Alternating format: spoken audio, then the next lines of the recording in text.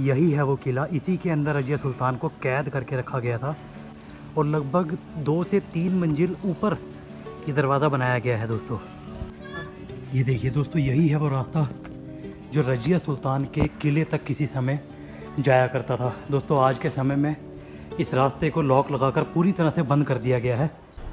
हाँ जी दोस्तों, तो मैं आपका दोस्त एंड दोस्त फिरोज़ एक नई वीडियो और नए सफ़र में आपका स्वागत है। दोस्तों आज मैं आपको लेकर आ पहुंचा हूं हमारे भारत के 1400 से 1500 साल पुराने किले पर। जी हाँ दोस्तों, मेरे पीछे जो आप ये इतना बड़ा किला देख रहे हैं, इसे कहा जाता है बठिंडा का किला या किला मुबारक। साथ ही दोस्तों मैं आपको बताना चाहूँगा कि हमारे भारत में पहली बार जिन तोपों का इस्तेमाल बाबर की तरफ से इब्राहिम लोधी को हराने के लिए किया गया था, उन तोपों को आज भी इस किले के अंदर संभाल कर रखा गया है। और दोस्तों यही है वो किला जिस किले के अंदर हमारे भारत की पहली महिला शासक रजिया सुल्तान को उन्हीं के गवर्नर द्वारा कैद कर लिया गया था। दोस्तों आज मैं आपको ये सारी चीज़ें दिखाने वाला हूँ और साथ ही इस किले का पूरा इतिहास भी बताने वाला हूँ।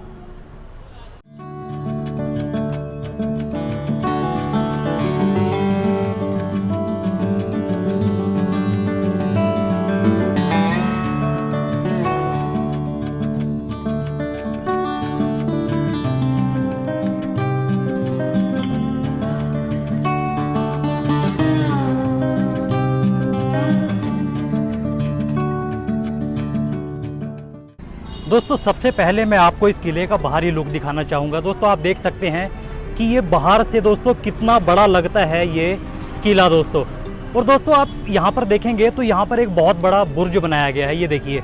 और दोस्तों ये गोलाकार बुर्ज है। अब दोस्तों मैं आपको बताना चाहूँगा कि इन बुर्ज को गोलाकार क्यों बनाया जाता था दोस्तों, ताकि अगर दुश्मन देखिए बाहर की तरफ से ऊपर चढ़ने की कोशिश करेगा तो ऊपर सैनिकों को आसानी से दुश्मन नीचे नज़र आ जाता था। इसीलिए दोस्तों इनको गोलाकार और उभार कर इन बुर्जों को बनाया जाता था।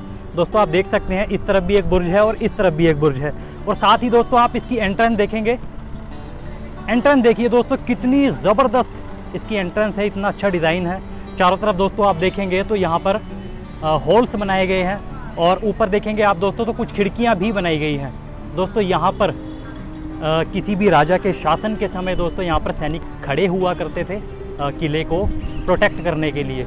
और दोस्तों जितने भी आप ये सुराख ऊपर देख रहे हैं दोस्तों, इन सुराखों से दुश्मनों पर अगर कभी किले पर हमला हो जाता था तो इन सुराखों से गर्म तेल या गर्म पानी की बौछारें दुश्मनों पर की जाती थी।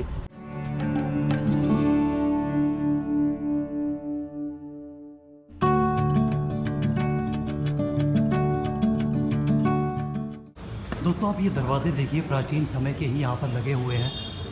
कितने हैवी ये दरवाजे हैं और इन पर लोहे की जो है कीलें लगाई गई है ताकि दुश्मन या कोई भी जानवर इन पर जल्दी से हमला ना कर सके।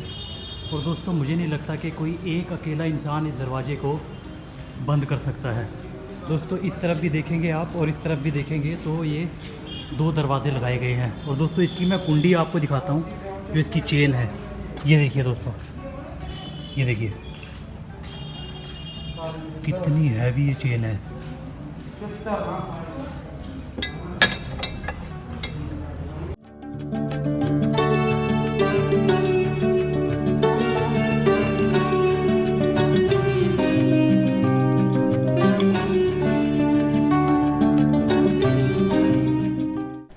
ये देखिए दोस्तों, जैसे ही हम किले में एंट्री करते हैं तो ये देखिए किला कुछ ऐसा बना हुआ है। आप देखेंगे चारों तरफ तो दोस्तों कितने बड़े बड़े, आगे भी देखेंगे तो बहुत बड़े बड़े यहाँ पर बुर्ज बनाए गए हैं। और इस किले को बनाने के लिए दोस्तों बारीक ईंटों का इस्तेमाल उस समय किया गया था। दोस्तों आप जानते ही होंगे उस समय बारीक ईंटें चला करती थी। और बीच में आप देखेंगे दोस्तों जो इसके अंदर मसाला यूज़ किया जाता था वो मिट्टी और चूना हुआ करता था। और इस तरफ आप देखेंगे तो दोस्तों ये तो आज की ईंटें हैं, शायद ये आज का स्ट्रक्चर होगा। और इस तरफ से आप देखेंगे दोस्तों तो ये काफ़ी दूर तक किला फैला हुआ है।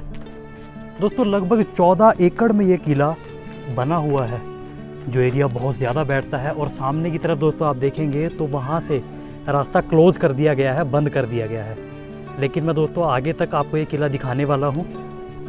दोस्तों कहा जाता है कि इस किले को 1600 ईस्वी में राजा दाब के द्वारा बनवाया गया था। और साथ ही दोस्तों कुछ लोगों का ऐसा भी मानना है कि इस किले को भाटी राव के द्वारा बनवाया गया था, जिन्होंने अपने नाम से ही बठिंडा शहर को भी बसाया था दोस्तों।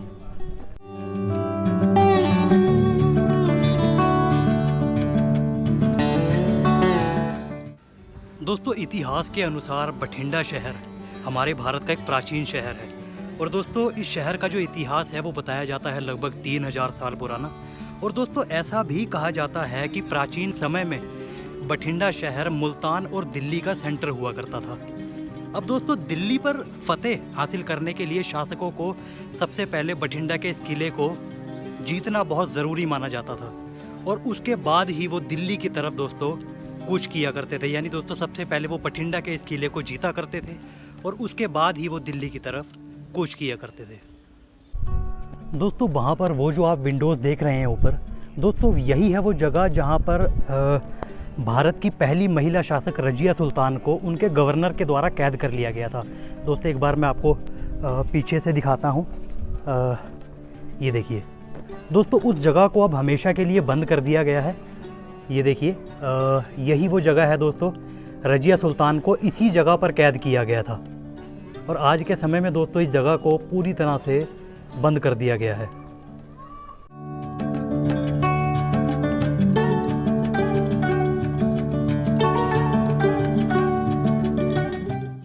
दोस्तों रजिया सुल्तान को लेकर लोगों का अलग अलग मानना है।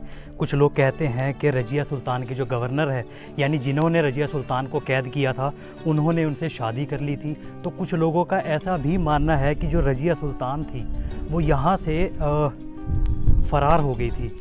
और दोस्तों कुछ लोगों का ऐसा भी मानना है कि यहाँ पर रजिया सुल्तान की मौत भी इसी किले के अंदर हुई थी और उनकी कब्र के बारे में भी आज तक दोस्तों ये सही से खुलासा नहीं हो पाया है कि रजिया सुल्तान की जो कब्र है वो कहाँ पर है। कुछ लोगों का कहना है कि रजिया सुल्तान की जो कब्र है वो हरियाणा के कैथल में है, लेकिन कुछ लोगों का ऐसा भी मानना है कि रजिया सुल्तान की जो कब्र है वो दिल्ली के अंदर है।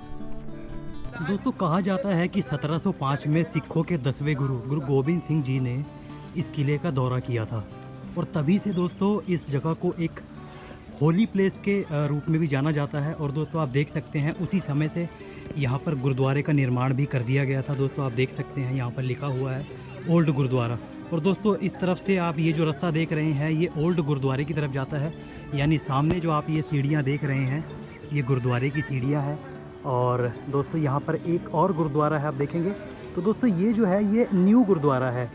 दोस्तों अभी मैं आपको आगे चलकर दिखाता हूँ इस किले को थोड़ा सा, जहाँ से इसके गेट बंद कर दिए गए हैं, लेकिन मैं उस गेट तक आपको लेकर चलता हूँ। एक बार आगे का जो स्ट्रक्चर है वो मैं आपको करीब से दिखाता हूँ दोस्तों।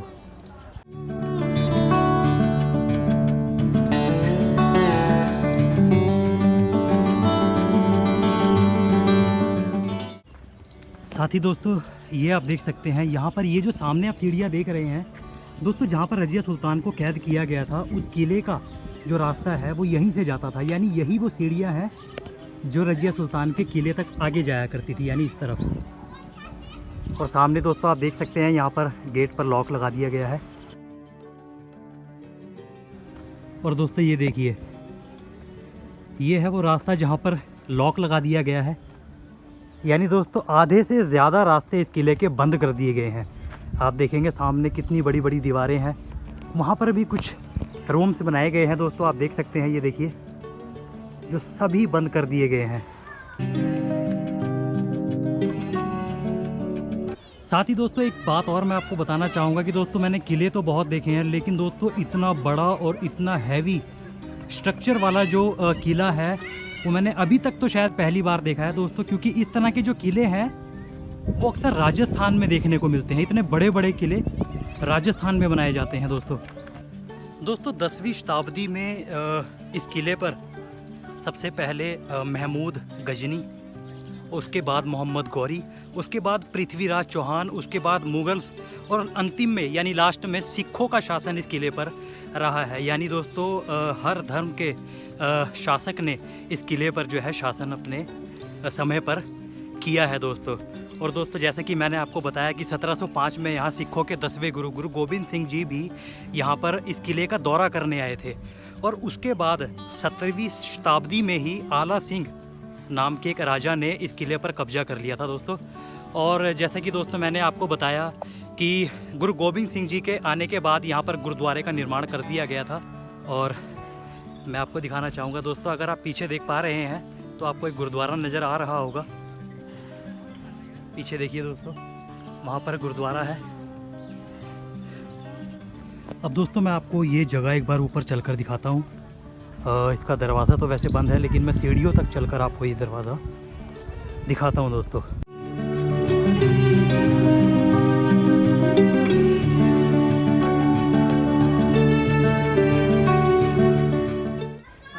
ये देखिए दोस्तों, यही है वो रास्ता जो रजिया सुल्तान के किले तक किसी समय जाया करता था। दोस्तों आज के समय में इस रास्ते को लॉक लगाकर पूरी तरह से बंद कर दिया गया है। और आप इस तरफ से भी देख सकते हैं स्ट्रक्चर को, बहुत ज़्यादा हैवी स्ट्रक्चर है दोस्तों इस किले का।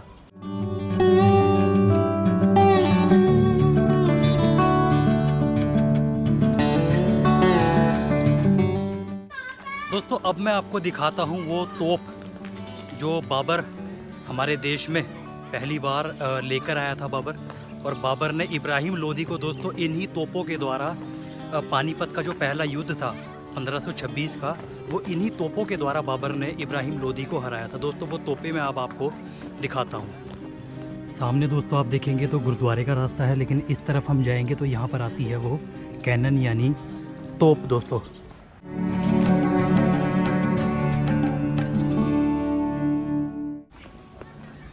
ये देखिए दोस्तों, यहाँ पर 4 तोप रखी गई है, 1 2 3 और 4। दोस्तों यहाँ पर टोटल 4 तोप रखी गई है। दोस्तों यही है वो तोप जो बाबर अफ़गानिस्तान से अपने साथ लेकर आया था। दोस्तों इन तोपों की मारक क्षमता क्या होती होगी इसका तो मुझे आइडिया नहीं है, लेकिन कुछ लोग कहते हैं कि इसकी जो मारक क्षमता है वो 15 किलोमीटर होती थी, कुछ लोग कहते हैं 20 होती थी, कुछ लोग कहते थे 28 होती थी। अगर आप इस बारे में जानते हैं तो मुझे कमेंट सेक्शन में ज़रूर बताएं।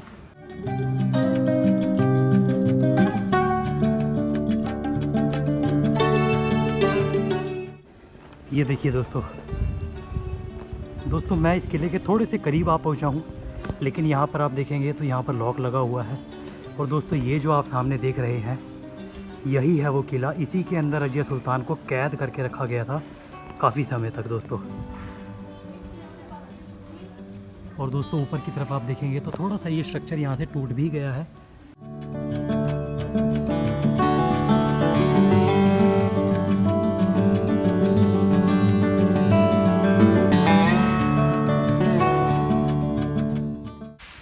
दोस्तों ये बहुत बड़ा किला है, जितना मैंने आपको दिखाया है ये इससे भी कहीं ज़्यादा बड़ा किला है।